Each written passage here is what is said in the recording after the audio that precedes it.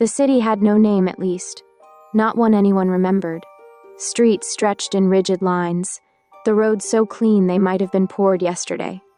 Buildings rose like unfeeling sentinels, carved from pale concrete, each identical to the last. Windows reflected only the sky, a soft gray that refused to change, even at sunrise or dusk. People moved like silent shadows, heads low, steps measured. No one shouted, no one lingered, no one laughed. The air itself seemed afraid to disturb the delicate stillness, like even a breath might shatter the illusion of peace.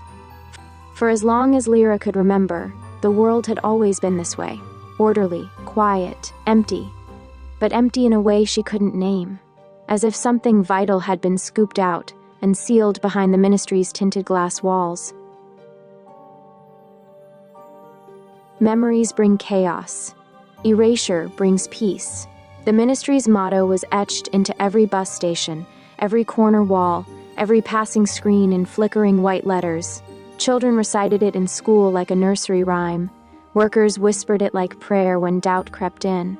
Lyra watched the words flash from the tram's screen as it glided smoothly across its track. A gentle hum filled the silence, the kind of sound that faded as soon as you noticed it.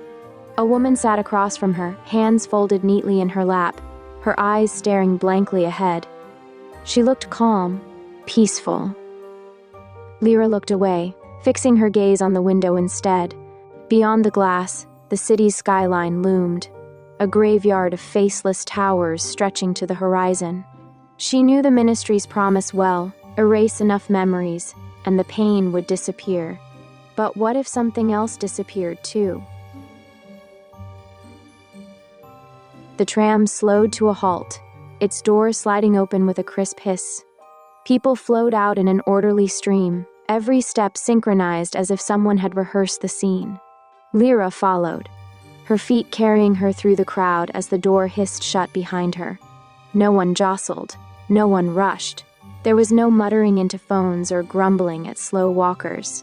The platform was silent, but for the faint shuffle of shoes on concrete. A man passed Lyra by, his face turned away. She glimpsed his profile, pale, expressionless. Like everyone else, he wore a small pin clipped to his collar, the ministry's symbol, a faceless head surrounded by empty stars. Lyra touched the matching pin on her own chest, pressing it between her fingers until the edges bit into her skin. A voice echoed over the platform's speakers, cool and genderless. For your safety, remain calm. Obey, forget. Lyra stepped into the street, where traffic hummed in soft electric whirs. Cars slid past, driverless and uniform, their sleek surfaces reflecting the gray buildings. For a moment, she stopped and let the crowd flow around her, each passerby as detached and blank as the last. And yet, there was something there, wasn't there? A quiet ache at the edge of her chest, like an old bruise. She couldn't remember where it came from, only that it had always been there, as familiar as breathing. She watched the people who passed her, people who didn't look at one another, who never paused to smile, shout, or cry. Did they feel it too? Did they hear the silence clawing at the edges of their minds? Or was it just her? It pressed on her ears like water. It wasn't quiet, it was suffocating. Lyra shook herself and started walking again, slipping into the steady rhythm of the crowd. Her shoes clicked on the pavement as she rounded the corner, and the Ministry of Records appeared ahead. It loomed above her, the building taller than it had seemed the day before, its black windows like empty eyes. Something tugged at her chest again, stronger this time. It was the feeling you get when you forget something important, when it's there, lingering on the tip of your tongue but refusing to reveal itself.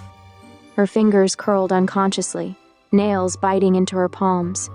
For the first time, she noticed how unnatural the silence truly was. No birds, no laughter, just the ministry staring down at her, watching. She took a breath and walked through its doors. Above the ministry, the clouds thickened, and somewhere far away, so faint it might have been imagined, a sound, fragile and wild, like wind chimes in a storm, broke through the stillness. Laughter,